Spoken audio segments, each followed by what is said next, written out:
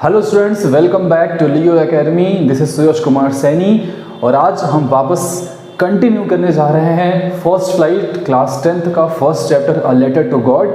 Part 1 में हम लोगों ने देखा, अब तक की स्टोरी में हम लोगों ने देखा लेंचो के बारे में, लेंचो की कंडीशन के बारे में कि कैसे एक किसान, एक फार्मर जिसका पूरा का पूरा खेत डिस्ट्रॉय हो गया है just because of hell storm. उसके खेत में तूफान आया, वो बारिश एक्सपेक्ट कर रहा था लेकिन उसके खेत में बारिश की जगह हेल स्टोन्स आ गए, तूफान आ गई, बर्फबारी हो गई और पूरा का पूरा उसका जो फील्ड है, और फील्ड किस चीज़ का था? कॉर्न का था। आपने अगर पार्ट 1 नहीं देखा है तो पार्ट 1 जाकर तुरंत देखिए, लिंक नीचे डिस्क्रिप्शन बॉक्स में आपको मिल जाएगा।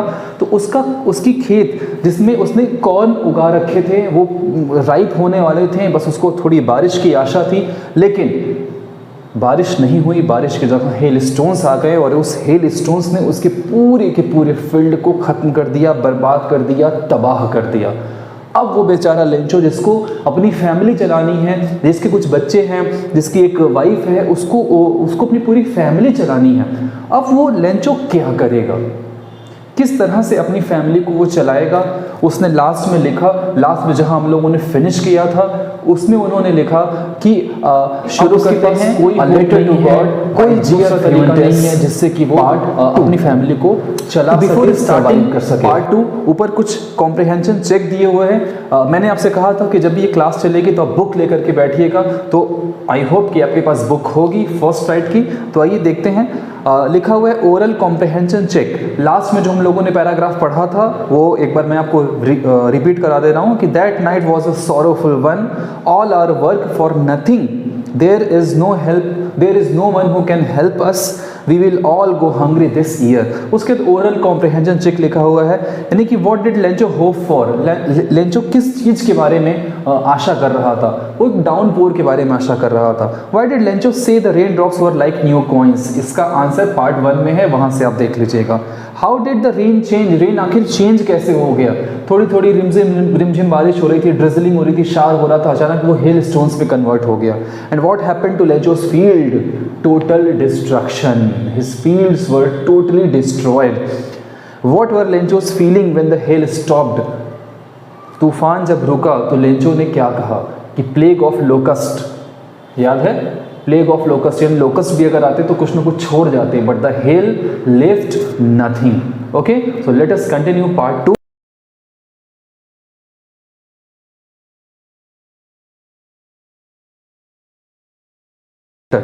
But in the hearts of all who lived in that solitary house.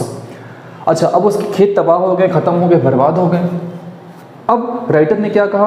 But in the hearts of all who lived in that solitary house. Solitary means होता है अकेला, वीरान, सुनसान, डेजर्टेड। तो उस डेजर्टेड घर के सभी लोगों के मन के अंदर क्या चल रहा है?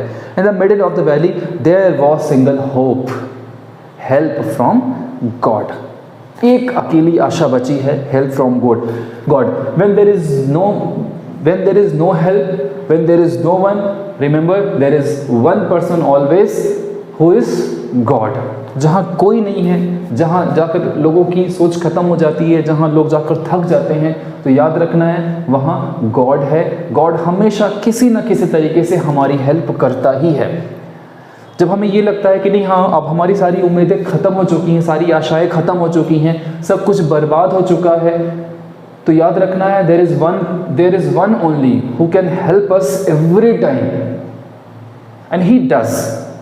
And who is he? Obviously he is God. वो हमेशा कहीं ना कहीं से, किसी न किसी बहाने हमारी मदद कर ही देते हैं। तो लेंचो की भी वो हेल्प करेंगे ही करेंगे, जरिया कोई और हो सकता है। चलिए देखते हैं। अब देखिए लेंचो क्या बोलता है। Don't be so upset. एक फैमिली का एक वो जिम्मेदार पर्सन है, ब्रेड अर्नर है, परिवार को चलाने वाला, तो कह रहा है कि देखो अपसेट मत हो। Even though this seems like a total loss, what a beautiful line it is.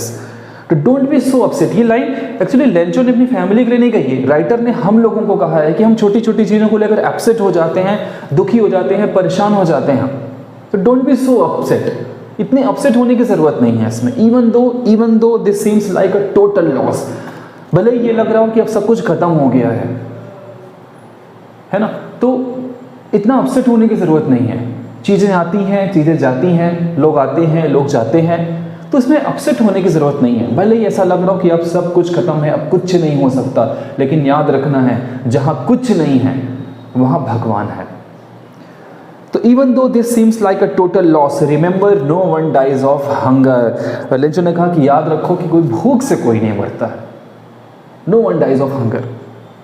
That is what they say, no one dies of hunger. They यहाँ पे कॉमन पीपल के लिए कहा गया है कि लोग यही कहते हैं कि भूख से कोई नहीं मरता है। तो लेंचो को ये विश्वास है कि उसकी फैमिली भूख से तो नहीं मरेगी।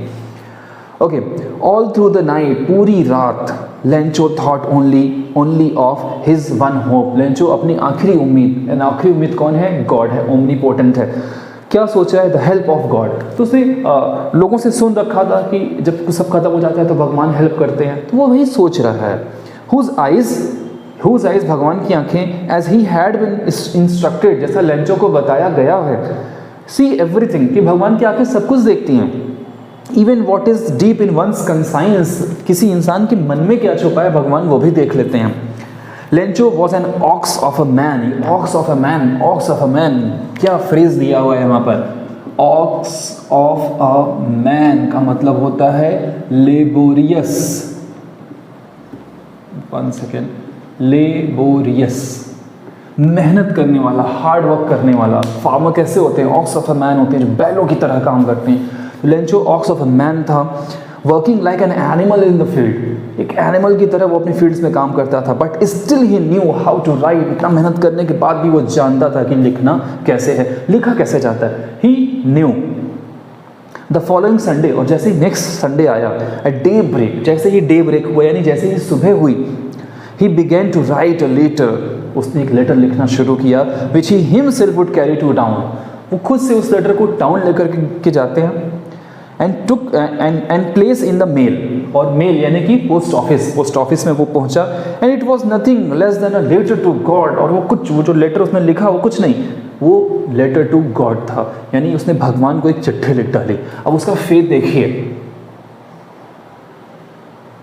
वो सोच, उसके मन में ये बात है कि भगवान को चिट्ठी हम लिखें, क्योंकि एक ही उम्मीद बची है गॉड्स की, तो गॉड को क्यों ना चिट्ठी लिखी जाए, गॉड से क्यों ना मदद मांगी जाए।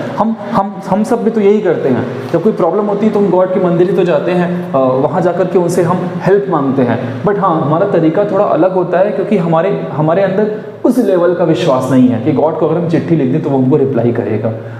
हो सकता है कि ये लगता हो कि अरे ये तो बेवकूफ़ी है, भगवान का एड्रेस कौन जानता है, भगवान को लेटर कौन लिखता है। हो सकता है कि हमारे मन में ये चलता हो कि नहीं, लेंचो ने जो किया that was a foolish activity, but think another way, how much faith he has, है ना। चलिए आगे बढ़ते हैं। The following Sunday at daybreak he began to write a letter which he himself would carry to town and place in the mail. It was nothing less than a letter of God.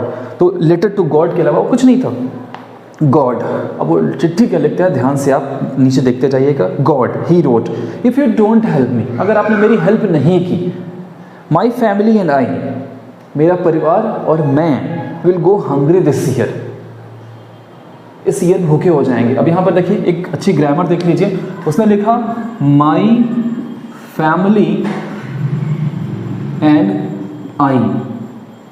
क्या writer ऐसे नहीं लिख सकते थे, आई and my family, ऐसे भी इसको लिखा जाता था, लिखा जा सकता था, लेकिन ये ग्रामेटिकली इनकरेक्ट है। जैसे आप सेल्फी लेते हैं तो आपने ऐसे करके सेल्फी ली और लिख दिया कि मी एंड माई डॉग, है ना। अक्सर ऐसा होता है, लोग लिखते हैं me and my family, me and my dog, me and my brother, me and my sister. तो ध्यान रखना है that it is not correctly, it is not correct, ये सही नहीं है। My family and I, there is a rule 231, 231 का rule याद रखेंगे। 2 यानी कि सेकंड पर्सन, 3 यानी कि थर्ड पर्सन, और 1 यानी कि फर्स्ट पर्सन। सेकेंड पर्सन में यू आता है, थर्ड पर्सन में ही शी इट और किसी का नेम आता है, और फर्स्ट पर्सन में आई आता है। तो जब भी 2 या 2 से ज़्यादा सब्जेक्ट या प्रोनाउन हो जाए आपके सेंटेंस में, तो हमको इस रूल को फॉलो करना है। सबसे पहले सेकंड, अगर यू है सेंटेंस में तो सबसे पहले सेकंड पर्सन लिखेंगे, फिर थर्ड पर्सन लिखेंगे, फिर फर्स्ट पर्सन लिखेंगे। इन तीनों में से कोई भी नहीं है अगर, या कोई एक नहीं है, तो हम अकॉर्डिंग टू सिस्टम चलेंगे। अगर सेकंड पर्सन नहीं है तो हम 31 फॉलो करेंगे, यानी कि थर्ड पर्सन और first person.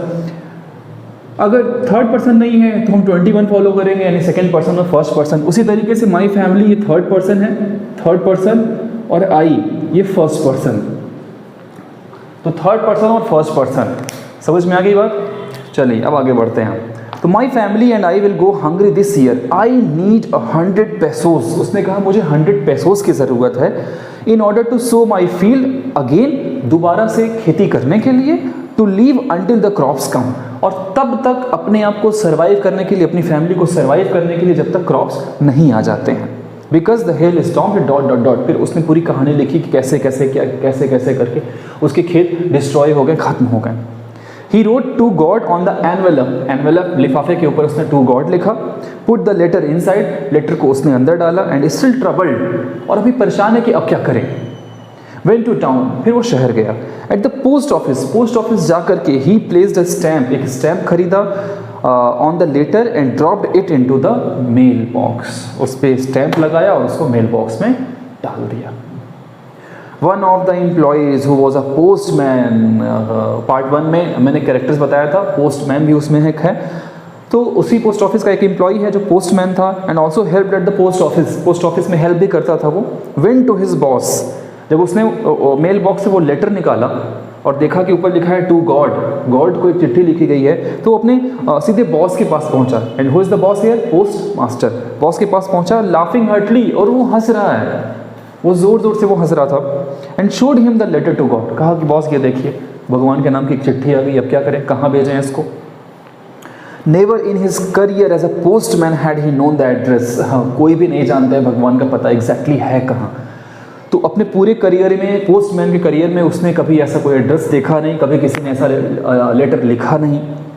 The post master के बारे में देखिए कैसा है। अ फैट, थोड़ा मोटा है, एमिएबल है, थोड़ा सॉफ्ट है, सौम्य है, जेंटलमैन टाइप का है।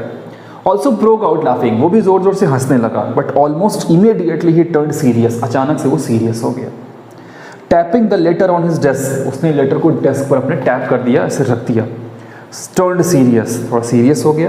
And tapping the letter, commented, जब उसने लेटर को रखा तो कमेंट किया। क्या कहता है देखिए, व्हाट फेथ, ये कैसा विश्वास है, क्या विश्वास है।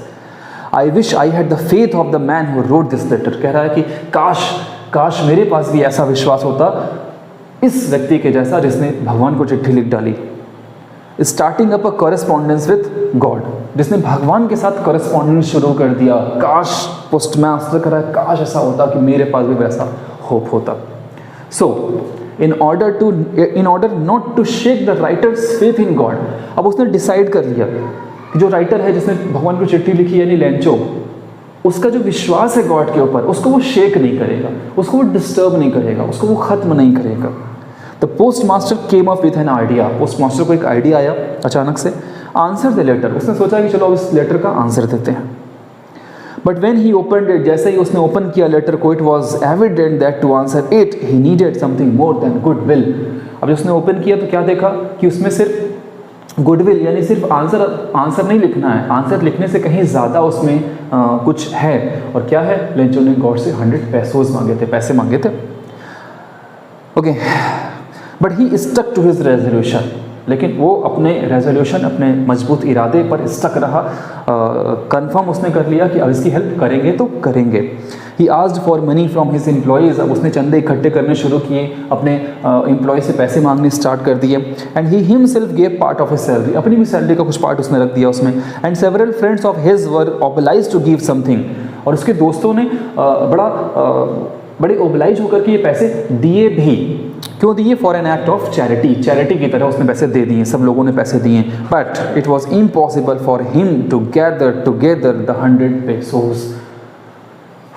लेकिन इतना इकट्ठा करने के बाद भी, इतनी चीज़ें इकट्ठी करने के बाद भी, इतना पैसा इकट्ठे करने के बाद भी 100 pesos नहीं हो पाया। So he was able to send the farmer only a little more than half. तो जितने भी पैसे इकट्ठे हुए, कितने इकट्ठे हुए? Little more than half, half से कुछ ज़्यादा इकट्ठा हो गया। तो उसने सोचा कि चलो इतने ही पैसे भेज देते हैं फार्मर को। He put the money in an envelope, सारा पैसा उठाकर एनवेलप में रखा, एड्रेस टू लेंचो, लेंचो के नाम का एड्रेस उस पर लिखा, एंड विथ अ लेटर, और उसमें एक लेटर भी डाल दिया containing only a single word as a signature God, और उसमें गॉड का सिग्नेचर करके उसने वो लेटर उस एनवेलप में रख करके लेंचो को पोस्ट कर दिया। समझ में आई कहानी यहाँ तक की? अब देखिए इसमें कुछ क्वेश्चन पूछा गया है। हु और what did Lencho have faith in? Lencho का विश्वास किस पर था? कौन था जिस पर लेंचो विश्वास करता था? Answer is God. What did he do? उसने क्या किया? He started writing letter. Who read the letter? Letter किसने पढ़ा? ध्यान रखना है, लेटर किसने पढ़ा? तो there are two possible answer, one is postman and another is postmaster, but be remember postman did not read the letter, he just brought the letter to postmaster, and postmaster read that letter. Okay, तो postmaster ने उस letter को पढ़ा। What did the postmaster do then? क्या किया postmaster ने? He started collecting money. He started collecting money from his friends, from his employees, and why? Not in order not to shake writer's faith in God. Okay, तो आज के लिए इतना ही। आप एक बार फिर से इसको रिवाइंड करके रिकैप करके देख लीजिएगा, लाइन बाय लाइन स्टोरी है। मुझे होप है, इतना तो होप आपसे रख ही सकते हैं कि भाई आप अच्छे से इसको पढ़ेंगे। क्वेश्चन जो है उसका आप आंसर कर लीजिए कॉपी पर। पार्ट 3 में हम इसको फिनिश कर देंगे और लॉन्ग क्वेश्चन पर डिस्कशन करेंगे, और जल्द ही पार्ट 3 आपके पास आपके नोटिफिकेशन में आ जाएगा। नोटिफिकेशन ऑन कर लीजिएगा, और ये ऑन तभी हो पाएगा जब आप इसको सब्सक्राइब करेंगे। तो टीचिंग अगर अच्छी लग रही हो तो आप चैनल सब्सक्राइब कर दीजिए, अपने फ्रेंड्स को शेयर कर दीजिए और लाइक भी कर दीजिए। ओके, तो मिलता हूँ आपसे बहुत जल्दी, तब तक के लिए जय हिंद, जय भारत।